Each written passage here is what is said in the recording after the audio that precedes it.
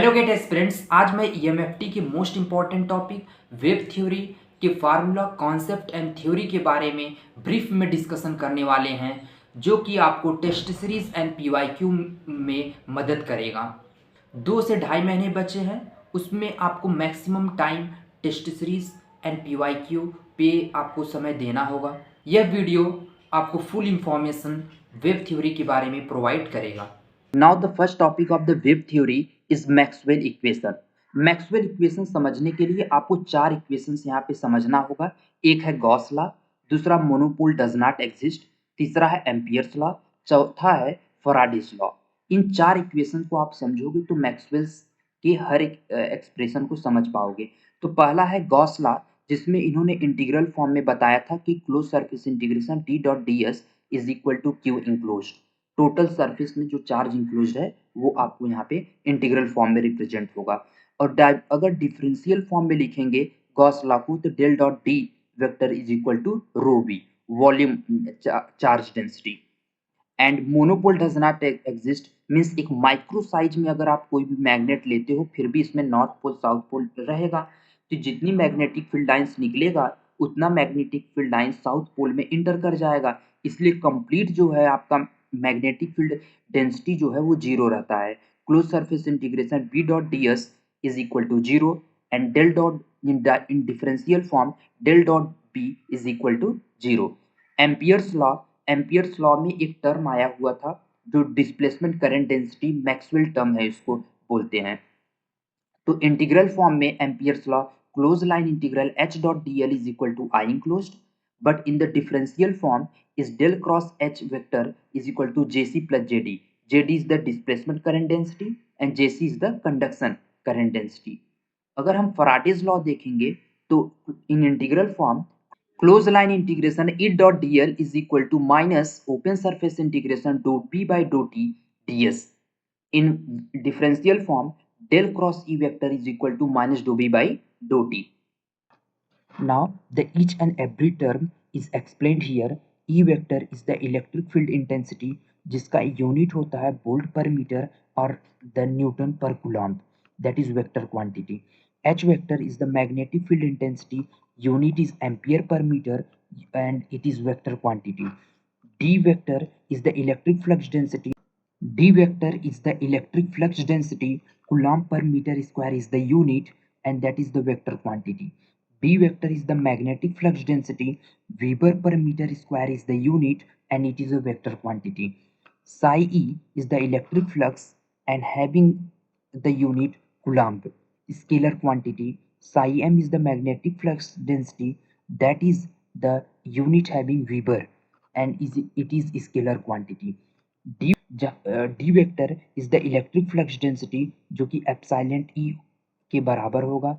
B vector is equal to mu H vector. Permittivity in free space air में अगर आप देखेंगे तो permittivity epsilon not is 8.85 into 10 to the power minus 12 farad per metre and epsilon nought अगर pi के term में लिखेंगे तो 10 power minus 9 upon 36 pi. Now the permeability in free space is 4 pi into 10 to the power minus 7 Henry per meter. Now this rho v is the volume charge density and it is a scalar quantity. Q is the charge, that is the scalar quantity. This Jc is the conduction current density sigma E. Jc is equal to sigma E where Jc is the vector quantity and that is the conduction current density ampere per meter square. E vector is the electric field intensity whose unit is volt per meter. Now here JD is the Maxwell term, जैसा कि मैंने पहले बताया ये displacement current density है, तो JD is equal to dou D by dou T and JD is the displacement current density, unit ampere per meter square, that is the vector quantity. और DL, अब यहाँ पे जो DL स्मॉल लेंथ होता है वो डिफरेंशियल डिस्प्लेसमेंट कहलाता है। DS is the differential area with the unit normal. Del dot मतलब डाइवर्जेंस, डेल क्रॉस अगर लिखा है तो इसका मतलब कर्ल है। क्लोज सरफेस इंटीग्रेशन जो है that is the representation like this and close this is the close line integration. एक सिंगल जो है कर्व बना के सर्कल बना दिया जाए that is the close line integration. और अगर डबल कर्व बना के सर्कल बना दिया जाए, that is the close surface integration, and this indicating to the dot product and that indicating to the cross product. अगर हम Maxwell equation in free space अगर हम देखेंगे, जिसमें रिलेटिव परमिएबिलिटी 1 होता है फ्री स्पेस में, और permittivity relative permittivity is also 1, rho V is 0 and sigma will be 0। अगर हम गॉस लॉ देखेंगे in the free space, that is close surface integration d dot ds is equal to 0, and in the differential form del dot d will be 0, and del cross e vector will be 0. Monopole not exist means closed surface integration b dot ds is also 0, del dot b is 0, del dot h will be also 0. Ampere's law del cross h is equal to jd, jd will be dou d by dou t, जैसा कि मैंने पहले आपको बताया। Conduction current density जो है यहाँ पे आपको 0 मिलेगा फ्री स्पेस में। Faraday's law del cross is equal to minus do B by do T. अब होमोजीनियस मटेरियल क्या होता है, जिसमें परमिटिविटी और परमिएबिलिटी अनचेंज्ड हो, ना बदले, हमेशा कांस्टेंट हो, तो ये होमोजीनियस मटेरियल कहलाएगा, जिसका आइडेंटिफाई करने के लिए del dot B is equal to 0 होना चाहिए, del dot D is equal to rho V होना चाहिए, del dot is equal to rho V by epsilon होना चाहिए, del dot H is equal to 0 होना चाहिए। नॉन होमोजीनियस मटेरियल में epsilon और म्यू चेंज होगा, जिसमें epsilon X Y Z, mu X Y Z coordinate में होगा, del dot B 0, del dot H not equal to 0, del dot D is equal to rho V, del dot E is not equal to rho V by epsilon. Isotropic material जो होता है, इसमें permittivity epsilon और permeability mu, ये दोनों scalar quantity होते हैं। और नॉन आइसोट्रोपिक जो मटेरियल होता है, उसमें एप्सिलॉन और म्यू वेक्टर क्वांटिटी होते हैं। एक सबसे इम्पॉर्टेंट पॉइंट यह है कि by default consider homogeneous and isotropic. अगर आप क्वेश्चन में मटेरियल के बारे में नहीं दिया है, तो आप उसको होमोजीनियस और आइसोट्रोपिक मटेरियल मान के चलेंगे, if not given regarding material. Now del dot b is equal to 0. This b vector, this b magnetic field density is a solenoidal vector. तो solenoidal vector उसे कहते हैं जहाँ पे आपका डाइवर्जेंस जो है वो 0 हो। d vector is not a solenoidal vector means del dot b is not equal to 0. लेकिन अगर हम फ्री स्पेस की बात करें तो del dot B is equal to 0 होगा, तो फ्री स्पेस में हम यह कह सकते हैं डी वेक्टर आपका सोलेनॉइडल वेक्टर है। Electrostatic field is path independent conservative irrotational vector. जो इलेक्ट्रिक फील्ड होता है वो इंडिपेंडेंट, कंजर्वेटिव और इरोटेशनल वेक्टर होता है, क्योंकि कर्ल क्या होता है, 0 होता है। Del cross H is equal to JC, that is equal to sigma E. H is a rotational vector, क्योंकि यहाँ पे 0 नहीं हुआ इसलिए ये रोटेशनल वेक्टर होगा। E vector is equal to minus del V, H vector is equal to minus del V M. यहाँ Vm जो है वो मैग्नेटिक स्केलर पोटेंशियल है। असल में आप ज़्यादातर देखेंगे E vector is equal to minus del V M use होता है, H vector minus del V M ज़्यादातर नहीं यूज होता, क्योंकि जो Vm है वो time invariant and current density free environment होता है। B vector is del vector cross A vector, A is the magnetic vector potential. Induced EMF in inductor को हम रिप्रेजेंट करते हैं mu naught N square upon L A D I by D T. यहाँ N is the number of turns है and L is the length of the inductor. अब boundary condition, that is the most important question point of view. Boundary condition अब इसमें दो पढ़ेंगे, आप electric boundary condition पढ़ेंगे, magnetic boundary condition, एक एक हम बारी बारी से यहाँ पे पढ़ेंगे। Boundary is being a imaginary surface where the two property of material meet. E vector D vector आपका इलेक्ट्रिक बिहेवियर शो करेगा, H vector B vector mu R is the magnetic behaviour. Taking mu R बराबर 1 if no comment on regarding permeability. अगर permeability नहीं बताया गया है तो आप रिलेटिव परमिएबिलिटी को 1 रखेंगे। Now let's study the first electric boundary condition. तो यहाँ पे आप देखेंगे एक इमेजिनरी लाइन यही ड्रॉ किया गया होता है, ये मटेरियल 1 है और इसके ऊपर मटेरियल 2 है। अब कोई भी आप वेव अगर फॉल कराते हैं तो इसमें आपको नॉर्मल और टेंजेंटियल कंपोनेंट 2 मिलेगा। तो ई वेक्टर आप अगर फॉल कराते हो E1t that is the tangential and this one is the normal to the surface. और जैसे ही ये पास होगा E2 वेक्टर D2 वेक्टर, तो यहाँ पे एक टेंजेंटियल E2t कंपोनेंट मिलेगा और एक नॉर्मल कंपोनेंट E2n कंपोनेंट आपको यहाँ पे मिलेगा। तो देख इसमें यह बताया गया है कि जो टेंजेंटियल कंपोनेंट होता है दोनों मीडियम में सेम होगा, मतलब E2t vector is equal to E1t vector. The tangential component of electric field in medium 1 is same as that of the tangential component in the medium 2, means E1t is equal to E2t. अब D1t upon epsilon 1 is equal to D2t upon epsilon 2, that imply that D1t upon D2t is equal to epsilon 1 upon epsilon 2. Electric flux density is discontinuous, means यहाँ पे आपको D1 vector आप लिखेंगे D1t plus D1n, D2 vector is equal to D2t plus D2n। तो D1n बराबर D2n in case of the surface charge density is 0. D1n will be equal to D2n. If the boundary is charge free or surface free, source free, in that case normal component of electric flux is continuous, means D1n बराबर D2n when rho s is 0. The E1n upon E2n will be is equal to epsilon r2 upon epsilon r1 is the most important formula. E1n upon E2n is equal to epsilon r2 by epsilon r1. Now here we see that medium 1 E1t plus E1n के expression में लिखेंगे और medium 2 को अगर represent करना होगा E2t plus E2n के form में रिप्रेजेंट करेंगे। तो मीडियम 1 से मीडियम 2 को में जाने के लिए वेव में टेंजेंटियल कंपोनेंट में सेम रहेगा लेकिन नॉर्मल कंपोनेंट चेंज होगा। अगर हम डेंसिटी की बात करेंगे तो डेंसिटी में मीडियम 1 से मीडियम 2 जाने में टेंजेंटियल कंपोनेंट चेंज होगा लेकिन नॉर्मल कंपोनेंट अनचेंज्ड होगा। अब नाउ मैग्नेटिक बाउंड्री कंडीशन यही सेम इसी तरीके से है। ये इमेजिनरी बाउंड्री है, मीडियम 1 है, मीडियम 2 है। अब कोई भी अगर मैग्नेटिक जो है फील्ड इंटेंसिटी यहाँ फॉल कर रहा है तो एक आपको टेंजेंटियल कंपोनेंट मिलेगा, एक normal.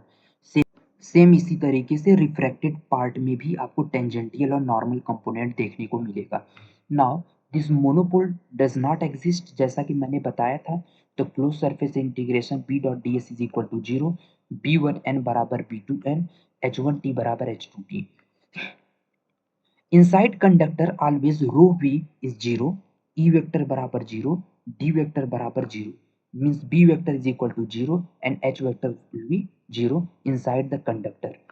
Whenever an electric field line travels from dielectric medium to conducting medium, it strikes perpendicular to the medium whereas D vector intersect tangentially. तो कभी भी जब इलेक्ट्रिक फील्ड लाइंस किसी भी डाइलेक्ट्रिक मीडियम में travel करेगा, डाइलेक्ट्रिक मीडियम से conducting medium में ट्रेवल करेगा, तो उस केस में electric field perpendicular to the medium, लेकिन जो आपका इलेक्ट्रिक फ्लक्स डेंसिटी होगा वो टेंजेंटल कंपोनेंट में होगा। मैक्सवेल फेजर फॉर्म अगर हम यहाँ पे देखें तो del dot D S is equal to rho V S Gauss law के according, del dot B S that will be 0 in monopole not, means monopole does not exist. Del cross H Ampere's law के according sigma E S plus j omega epsilon es. Faraday's law के according del cross E is equal to minus j omega mu hs. Material distribution अगर हम देखें lossy dielectric where sigma is not equal to 0, lossless dielectric sigma is equal to 0, pure conductor के लिए conducting sigma बराबर infinite। Del cross C अगर इसको हमें लिखना होगा तो del dot C minus C del square, इस फॉर्म में आप रिप्रेजेंट करेंगे। Helmholtz equation means HM equation जिसे कहा जाता है, जिसमें del square E S minus J omega mu bracket में sigma plus J omega epsilon E S बराबर 0। Del square H S electric field के फॉर्म में है और ये मैग्नेटिक एक्सप्रेशन है, जिसमें आपका प्रोपागेशन कांस्टेंट अगर आपको गामा लिखना है दैट अंडर रूट में जे ओमेगा म्यू ब्रैकेट में sigma plus J omega epsilon, del square E S minus gamma square ES बराबर 0 and in magnetic form del square HS minus gamma square HS बराबर 0. This both is the HM equation. All harmonic E field and H field would always satisfy HM equation. Then this propagation constant can be represented as alpha plus j beta. Alpha आपका attenuation constant होता है और beta आपका phase constant होता है. Alpha बराबर omega under root में mu epsilon by 2 bracket में अंडर रूट में 1 plus sigma upon omega epsilon whole square minus 1. That is the attenuation constant. अगर फेज कांस्टेंट लिखना होगा ओमेगा अंडर रूट में mu epsilon by 2 under root में 1 plus sigma upon omega epsilon whole square plus 1. This is whole bracket here. इस चीज को आपको ध्यान रखना है. मीन्स अटेन्यूएशन कांस्टेंट में यहाँ माइनस रहेगा और फेज कांस्टेंट में यहाँ पे प्लस रहेगा. इसी चीज को ध्यान देना है बस. और यूनिट ऑफ अगर अटेन्यूएशन कांस्टेंट की बात करेंगे तो नीपर पर मीटर होता है. एक नीपर में 8.86 डेसिबल होता है. यूनिट ऑफ बीटा मतलब फेज कांस्टेंट की यूनिट जो होती है रेडियन पर मीटर होता है. Now AE cap cross AH cap is equal to AK cap. This AE cap is the unit vector in direction of electric field. AH cap is the unit vector in the direction of magnetic field. AK cap is the unit vector traveling wave. AK cap is the unit vector traveling wave. AE cap perpendicular to AH cap perpendicular to AK cap. मतलब तीनों unit vectors जो हैं वो आपस में perpendicular होते हैं. Now see this how it has been represented x-axis and y-axis as the AH cap and AK cap having some angle as a 90 degree angle. तो इस केस में आप AE cap को AX cap plus AY cap upon under root 2 के form में represent करोगे and AH cap को minus AX cap plus AY cap upon under root 2 के फॉर्म में रिप्रेजेंट करेंगे. AK cap is equal to plus AZ cap. E vector x comma t can be represented as E naught e power alpha x cos omega t plus beta x ax cap. E z comma t can be represented as E naught e power minus alpha z cos omega t minus beta z ax cap volt per meter. Free space is God gifted material where sigma बराबर 0, alpha बराबर 0 and electromagnetic wave travel in one planet to another. H vector can be represented as H naught e power minus alpha z cos omega t minus beta z ay cap ampere per meter. Ez comma t is the electric field intensity associated with the EM wave. Hz comma t is the magnetic field intensity associated with the EM means electromagnetic field. E naught is the maximum electric field intensity, that is volt per meter unit. H naught is the maximum magnetic field intensity, ampere per meter. Alpha is the attenuation constant, is responsible for delay of the E and the H vector. Alpha that to be avoided when the sigma upon omega epsilon is less than 10 to the power minus 3, where the alpha is 0. Omega that goes on increasing means sigma upon omega epsilon will tend to 0. Alpha will be 0. For lossless region, the phase shift is sigma is 0. In lossless region, the conductivity will be 0. Beta is equal to omega under root में mu epsilon by 2 bracket में under root 1 plus sigma upon omega epsilon whole square plus 1. एक चीज आप देखिएगा जो phase constant में ये जो ब्रैकेट लगाते हैं म्यू एप्सिलॉन बाय 2 मींस इसको छोड़ के मतलब कंप्लीट आपका ब्रैकेट में होगा this under root. And then जैसे ही सिग्मा की वैल्यू 0 रखेंगे तो वैसे beta is equal to omega under root में म्यू एप्सिलॉन आपका आंसर आ जाएगा. Intrinsic impedance it is used for maximum strength of E nought and H nought. Intrinsic impedance को E nought upon H nought से हम represent करते हैं.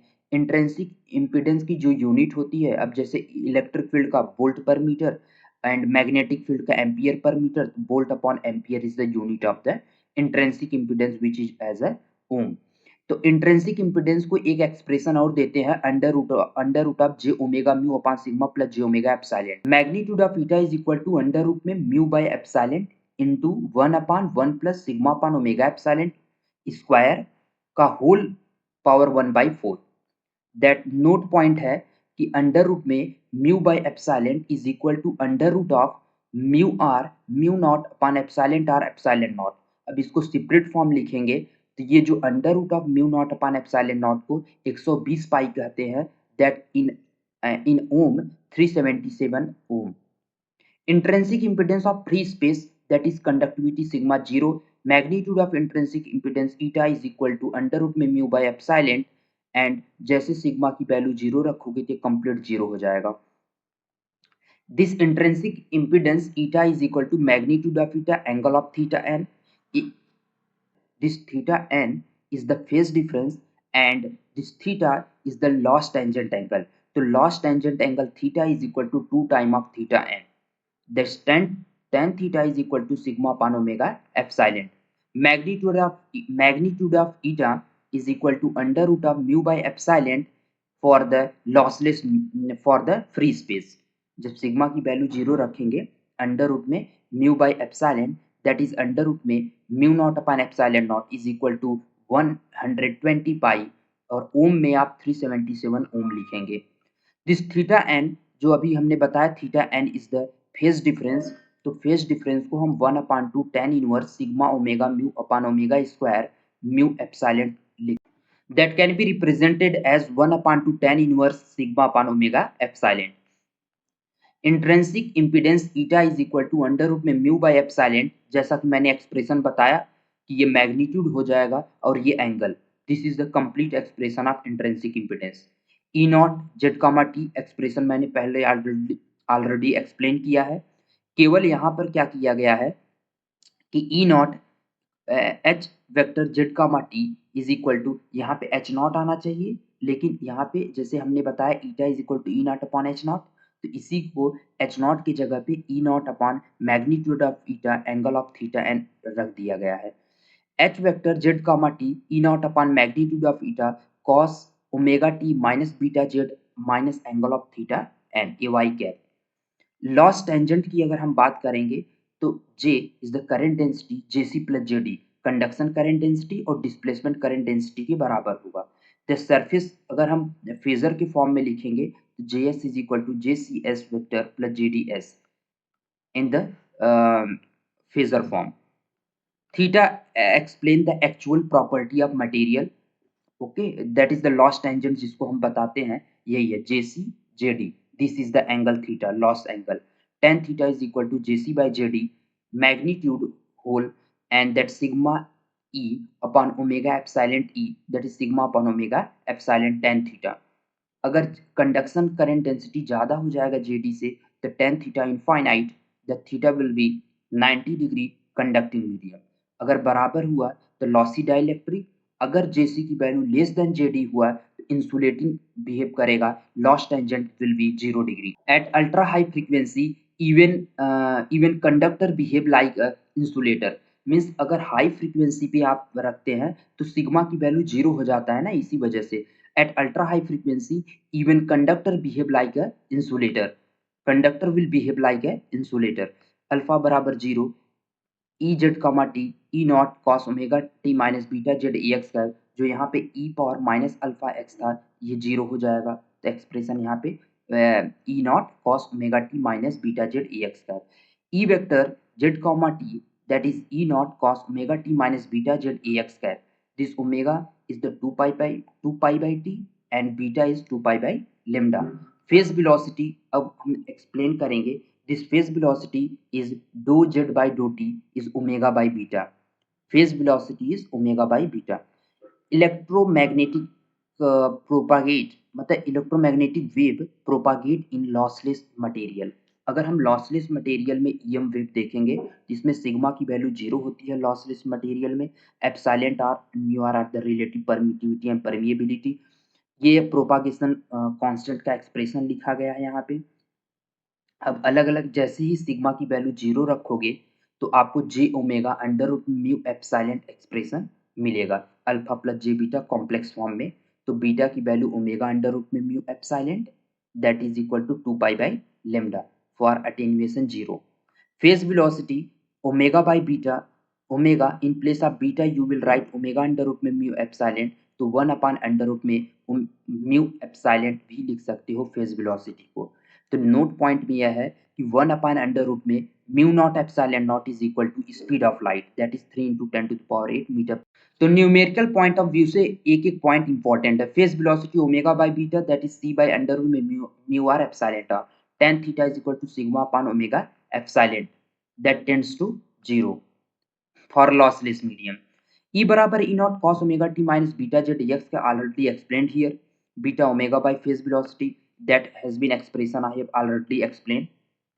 This magnitude of eta is √ में mu naught mu r upon epsilon naught epsilon r into 1.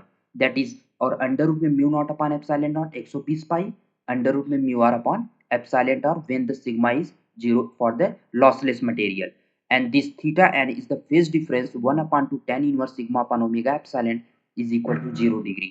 Intrinsic impedance is magnitude of theta angle of theta n, that is 120 pi √ mu r upon epsilon r angle 0 degree.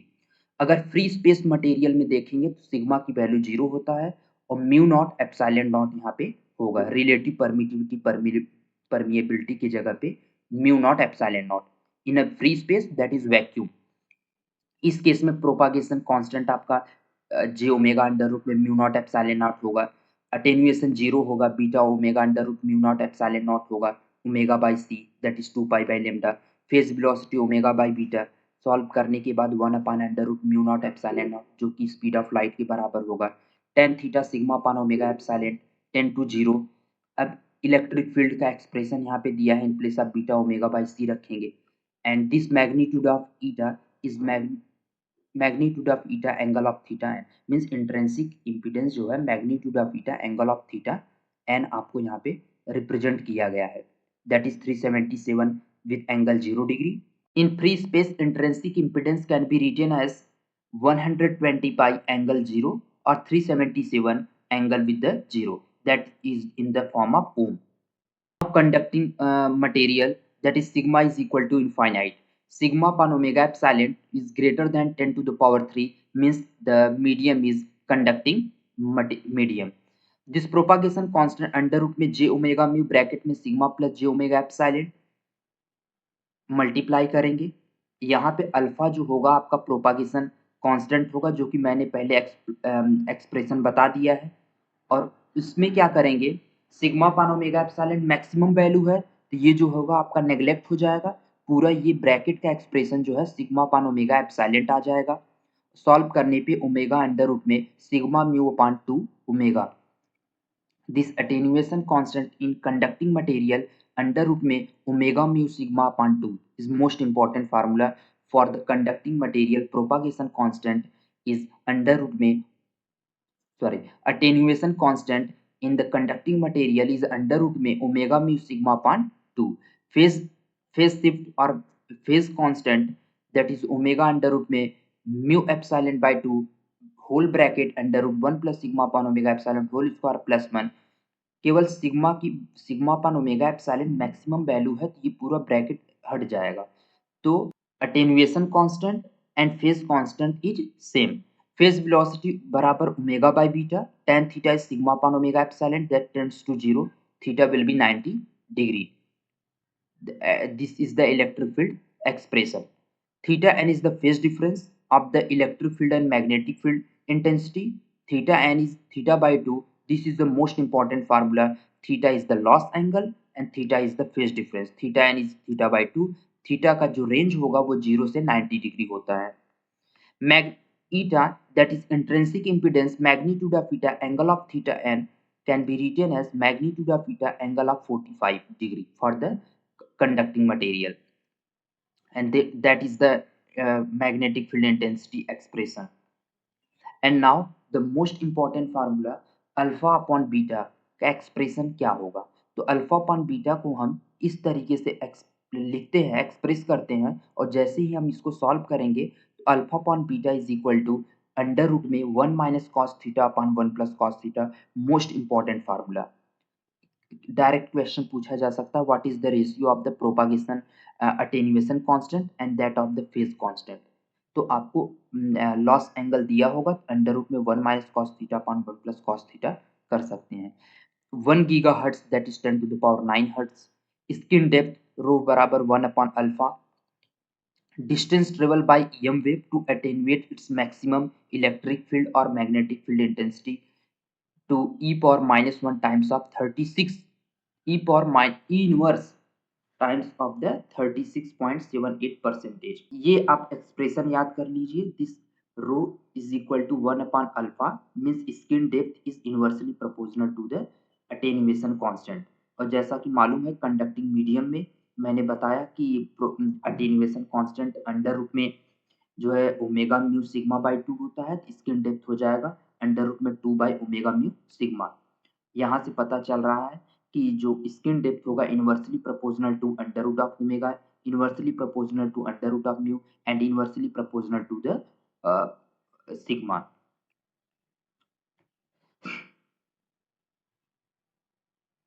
Now तो इससे यह पता चला कि जो आपका skin depth है decrease होगा ओमेगा बढ़ाने पे, कंडक्टिविटी बढ़ाने पे एंड म्यू की वैल्यू बढ़ाने पे।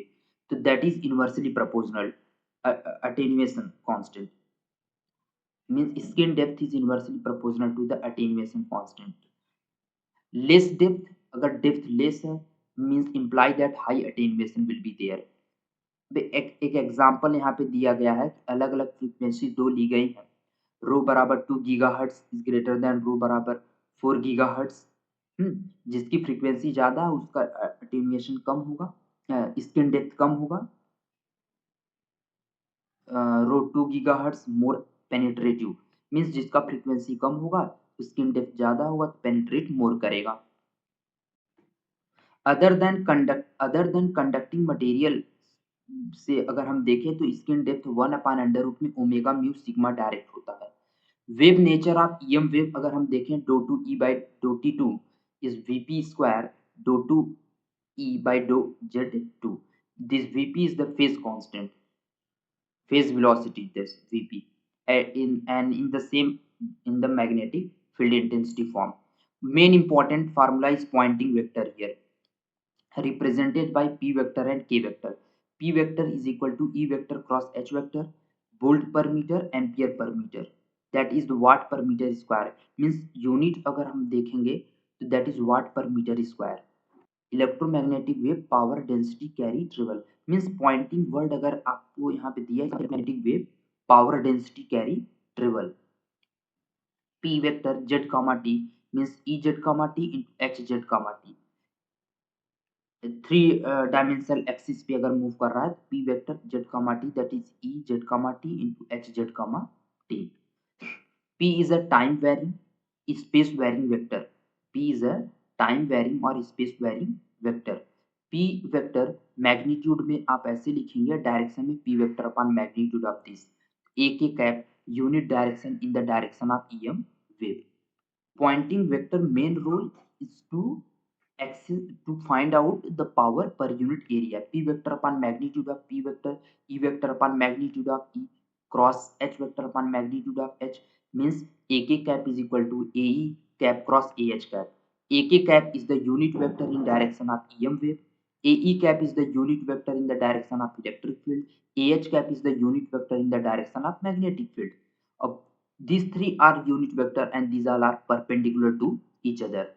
Now time average pointing vector 1 upon t in whole time integration of the along the time period p vector dt, that is 1 upon 2 real part of E vector cross H vector conjugate. This H vector conjugate means magnetic field intensity with phasor form. Then means overall solve करने के बाद आपको average time Poynting जो power density vector आएगा या Poynting vector power density वो 1 upon 2 E power minus 2 alpha Z E nought square upon magnitude of theta cos theta A Z cap. Lossless material में जैसा कि हमें पता है sigma upon omega epsilon sigma is zero, this theta will be zero. तो average जो आपका power density vector आएगा वो expression 1 upon 2 E nought Z not a के cap 1 upon 2 E naught Z naught A K cap that can be written as 1 upon 2 eta Z naught square A K cap क्योंकि eta बराबर E naught upon H naught होता है। तो ये formula आप याद रख लीजिए। Average power density vector is 1/2 E nought H not a के cap. Now Poynting theorem, energy conservation law. Poynting theorem means that show the energy conservation law. Del dot A cross B can be written as B dot del cross A minus A dot del cross B. तो del dot E cross H अगर आप लिखेंगे तो H dot del cross E minus E dot del cross H. On solving, del dot E cross H is equal to minus sigma E square minus dou by dou t 1/2 mu H square plus 1/2 epsilon E square. This closed volumetric integration del dot E cross H vector dv is equal to minus means आप इसी को express कर सकते हैं volumetric integration आप separate हर एक term को separate form में लिख देंगे तो 1/2 एप्सिलॉन ई स्क्वायर और 1/2 mu E square is the energy density joule per metre cube. Divergence theorem अगर हम देखेंगे close surface integration E cross H vector DS means according to the Gauss theorem closed surface integration E cross H vector ds can be written as the volumetric integration of that। तो यहाँ पे minus dough by do T integration 1/2 epsilon t square dv is the reduction in the energy capacitor minus dou by dou t integration 1/2 mu h square dv is reduction in the energy inductor और minus integration sigma e square dv is the resistor loss। Thank you for patiently listening. Now the remaining topic will be covered in the next video. Thanks. Best of luck for Get to Get 25.